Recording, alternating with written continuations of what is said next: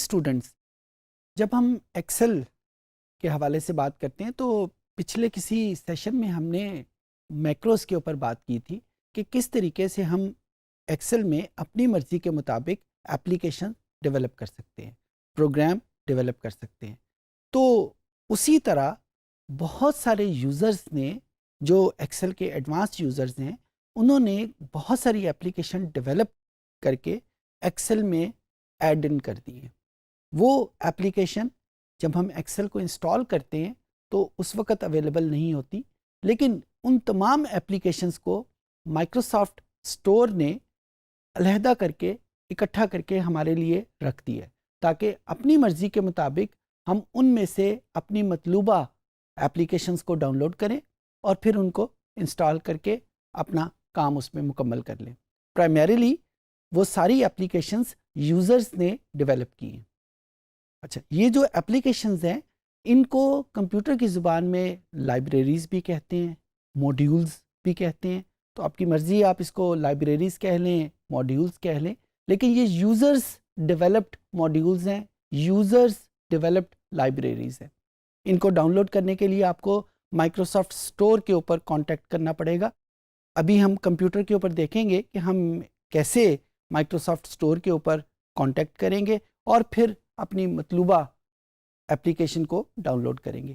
ایک بات جو بہت امپورٹنٹ ہے، بہت سارے یوزرز نے جب یہ لائبریریز اور ماڈیولز ڈیولپ کیے تو ان کو فری آف کاسٹ تمام پبلک کے لیے استعمال کے لیے رکھ دیا، لیکن بہت سارے یوزرز ایسے ہیں جنہوں نے ان کو فری آف کاسٹ نہیں رکھا، بلکہ اس کے اوپر کچھ پرائس بھی رکھ دی۔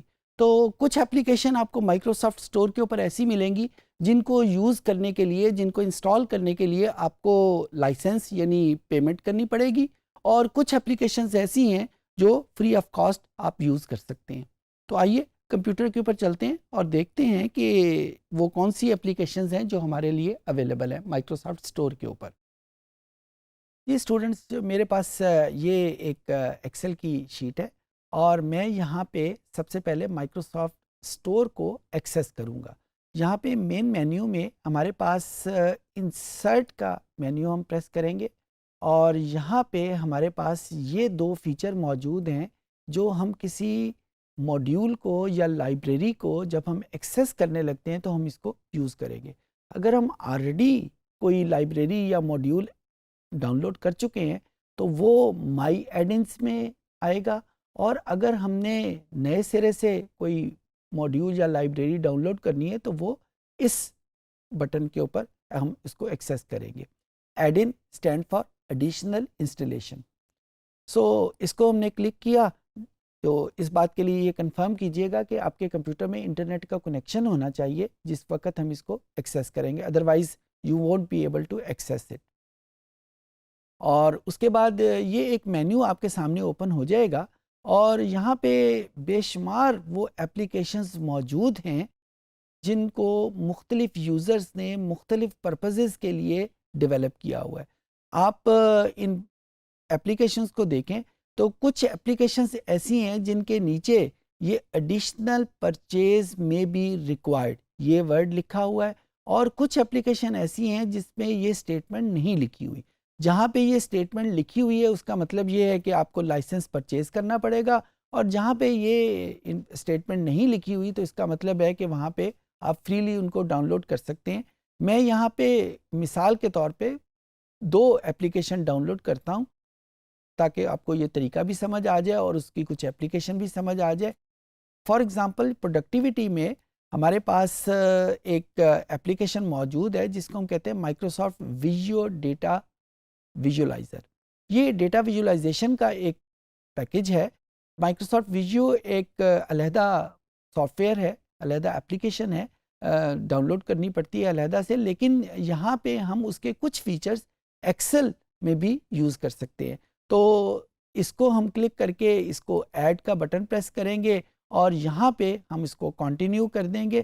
جو ہی ہم اس کو کنٹینیو کریں گے تو آپ سے بعض اوقات یہ کمپیوٹر ایک سائن ان کی انفارمیشن مانگے گا، یعنی وہ ریکوائر کرے گا کہ آپ اس کے رجسٹرڈ یوزرز ہیں۔ اگر آپ کے پاس مائکروسافٹ کا کوئی سا بھی لائسنس موجود ہے، یوزر نیم موجود ہے، اور وہ یوزر نیم ہاٹ میل کے یوزر کی فارم میں بھی ہو سکتا ہے، وہ آؤٹ لک کے یوزر کے فارم میں بھی ہو سکتا ہے. یعنی دوسرے معنوں میں اگر آپ کے پاس ہاٹ میل کی ای میل ایڈریس موجود ہے یا آؤٹ لک کی ای میل ایڈریس موجود ہے تو آپ اس کو یوز کر سکتے ہیں. اور اگر آپ کے پاس مائکروسافٹ 365 کا لائسنس موجود ہے تو آپ اس کو بھی یوز کر سکتے ہیں. مجھ سے یہ اس انفارمیشن اس نے نہیں مانگی کیونکہ میں آلریڈی اس کا یوزر ہوں اور میں یہ کمپیوٹر پہ آلریڈی وہ سائنڈ ان موجود ہے. یہاں پہ ہمارے پاس اس اسکرین پہ دو آپشن آ رہی ہیں. ایک تو سائن ان کی آپشن ہے اور دوسری کنٹینیو وداؤٹ سائننگ ان. آپ سائن ان پہ کریں گے تو اس پرٹیکولر پروڈکٹ کے فل فیچر آپ کے سامنے اوپن ہو جائیں گے، اور جب آپ کنٹینیو وداؤٹ سائننگ ان کریں گے کچھ فیچر اوپن ہوں گے اور کچھ فیچر اوپن نہیں ہوں گے. لائک جس طرح ہم سائننگ کریں گے تو فوراً ہم سے وہ ای میل ایڈریس مانگے گا، یا جس ای میل ایڈریس سے آپ نے اس کو رجسٹر کیا ہوا ہے اس کو یوز کریں گے. اور اگر آپ وداؤٹ سائننگ ان کریں گے تو آپ کے سامنے یہ فیچر آ تو جائیں گے لیکن ان کو کمپلیٹلی آپ یوز نہیں کر پائیں گے. مثال کے طور پہ میں یہ فلو چارٹ جو ہے اس کو یوز کرتا ہوں. اس کو کریٹ کیا اور کریٹ کرنے کے بعد depending on the speed of your internet and speed of your computer یہ ایک چارٹ اوپن ہو جائے گا، اور اس چارٹ کے اگینسٹ ایک چھوٹا سا ٹیبل بن جائے گا، اور یہ ٹیبل ہمیں ہیلپ کرے گا کہ اس چارٹ کو ہم ماڈیفائی کیسے کر سکتے ہیں، اس چارٹ میں ہم کچھ ایڈیشن کیسے کر سکتے ہیں. جس طرح تھوڑی دیر پہلے میں نے آپ کو بتایا تھا اس کے پورے فیچر تو اس وقت آن ہوں گے جب ہمارے پاس اس کا لائسنس ہوگا، لیکن کچھ فیچر اس کے ہم یوز کر سکتے ہیں. اس کو ہم ٹیبل کو اگر علیحدہ اس کو دیکھ لیں تو ہمارے پاس یہ انفارمیشن آ جائے گی. اس میں ہم اس وقت جو ڈیسیژن اس میں ہو رہا ہے اسٹارٹ پروسیس ہو رہا ہے، اور ڈیسیژن کا پروسیس ہے، اور ڈیسیژن میں یس اور نو پروسیس اور سٹاپ. اور اگر آپ یہ دیکھیں کہ یہی چیزیں یہاں پہ یہ لکھی ہوئی ہیں. اگر میں نے یہاں پہ ڈیسیژن کے بٹن کو چینج کرنا ہے یا یس یا نو کو چینج کر کے کسی اور فارم میں کرنا ہے تو میں اس کو 1,0 کر دوں گا، اور اس کو کرنے کے بعد اس کو ریفریش کروں گا تو یہاں پہ وہ جہاں پہ یس اور نو لکھا ہوا ہے وہ 1 اور 0 میں کنورٹ ہو جائے گا. سملرلی اگر ڈیسیژن کے ورڈ کو میں نے چینج کرنا ہے، پروسیس کے ورڈ کو چینج کرنا ہے تو ہم اسی طریقے سے اس کو چینج کر سکتے ہیں. چینج کرنے کے علاوہ اگر ہم نے اس میں کچھ چیز ایڈ کرنی ہے تو لیٹ سے میں اس میں 2 نوڈز جو ہیں وہ ایڈ کرتا ہوں P500 اور P600 کے نام سے، اور P500 یہاں پہ میں نام دے دیتا ہوں اس کو فوٹو کاپیئر پرچیز اور نو پرچیز. اور جب میں اس کو ریفریش کروں گا تو اب یہ دیکھیے کہ یہ میرے پاس علیحدہ یہی دو نوڈز ہیں وہ لکھے ہوئے آگے. یہ علیحدہ اس وجہ سے لکھے آئے ہیں کہ ان کو میں نے کسی کے ساتھ ابھی کنیکٹ نہیں کیا. کنیکٹ کرنے کے لیے مجھے اس کو کسی پروسیس میں آگے لکھنا پڑے گا. اب یہاں پہ اگر میں یہ پروسیس کے آگے یہ لکھ دیتا ہوں P500 اور P600. اب یہاں پہ اگر اس کو میں ریفریش کروں گا تو اب دیکھیے کہ یہ اس پروسیس میں اس کے ساتھ کنیکٹ ہو گئے. تو اس طریقے سے یہاں پہ پہلے کالم میں ہم اس کو ڈیفائن کرتے جائیں گے جس بھی چیز کو ہم نے ایڈ کرنا ہے، اور ونس وہ ڈیفائن ہو گئے اور اس کے بعد جہاں پہ اس کو کنیکٹ کرنا ہے اس چیز کے آگے اس کو لکھ دیں گے. اس ٹیبل کو، اس چارٹ کو اگر ہم نے مزید آگے کرنا ہے تو یہاں پہ ہم مزید کالم ایڈ کر سکتے ہیں. جو ہی مزید کالم ایڈ کریں گے اس وقت یہاں پہ مزید ایک کالم یا 1 یا 2 جتنے بھی کالمز آپ نے ایڈ کیے اس کے مطابق یہاں پہ فلو چارٹ میں انفارمیشن آ جائیں گی. یہ جو ان کی تصویر اگر آپ دیکھیں تو کچھ جو ہیں وہ ایک اوول کی فارم میں لکھے ہوئے ہیں، کچھ ایک ریکٹینگل کی فارم میں لکھے ہوئے ہیں، کچھ اسکوائر کی فارم میں لکھے ہوئے ہیں. یہ ایک پرٹیکولر ایک لینگویج ہے جو فلو چارٹ کو استعمال کرنے میں، فلو چارٹ کو بنانے میں استعمال ہوتی ہے. ڈیسیژن جب بھی ہوتا ہے وہ ایک ڈائمنڈ باکس کے اوپر استعمال ہوتا ہے. اوول میں ہمیشہ ہم سٹارٹ یا سٹاپ پروسیس کرتے ہیں. تو اس لینگویج کو آپ کو یاد کرنے کی ضرورت نہیں، یہ فلو چارٹ بذات خود ساری لینگویج کو استعمال کرتے ہوئے اس کو ڈیولپ کر دے گا. یہ چارٹ استعمال کہاں پہ ہوتا ہے؟ یہ چارٹ ہر اس جگہ پہ استعمال ہوتا ہے جب آپ نے ایک پروسیس کو، اس کی ویژولائزیشن آپ نے کرنی ہو کہ یہ پروسیس سٹارٹ کیسے ہوگا، اس کے ڈفرینٹ پروسیجرز کیا ہیں اور by the end of the day آپ اس کو کہاں پہ پہنچیں گے. ایک کمپیوٹر کی ورڈ میں ایک ٹرمینالوجی یوز ہوتی ہے سسٹم ڈیزائن، یعنی جب آپ نے کوئی اپلیکیشن ڈیولپ کرنی ہے تو اس کے کیا کیا سٹیپس ہوں گے، کن کن سٹیپ سے گزر کے ایک ان پٹ جو ہے وہ فائنل آؤٹ پٹ میں کنورٹ ہوگی. اس پورے سسٹم کو جب ہم ڈیزائن کرتے ہیں تو اس قسم کی جو فلو چارٹس ہیں یا اس قسم کی ڈائیگرامس ہماری بہت ہیلپ کرتی ہیں. یہ ہمارے پاس ایک ایڈنس کے طور کے اوپر موجود ہے.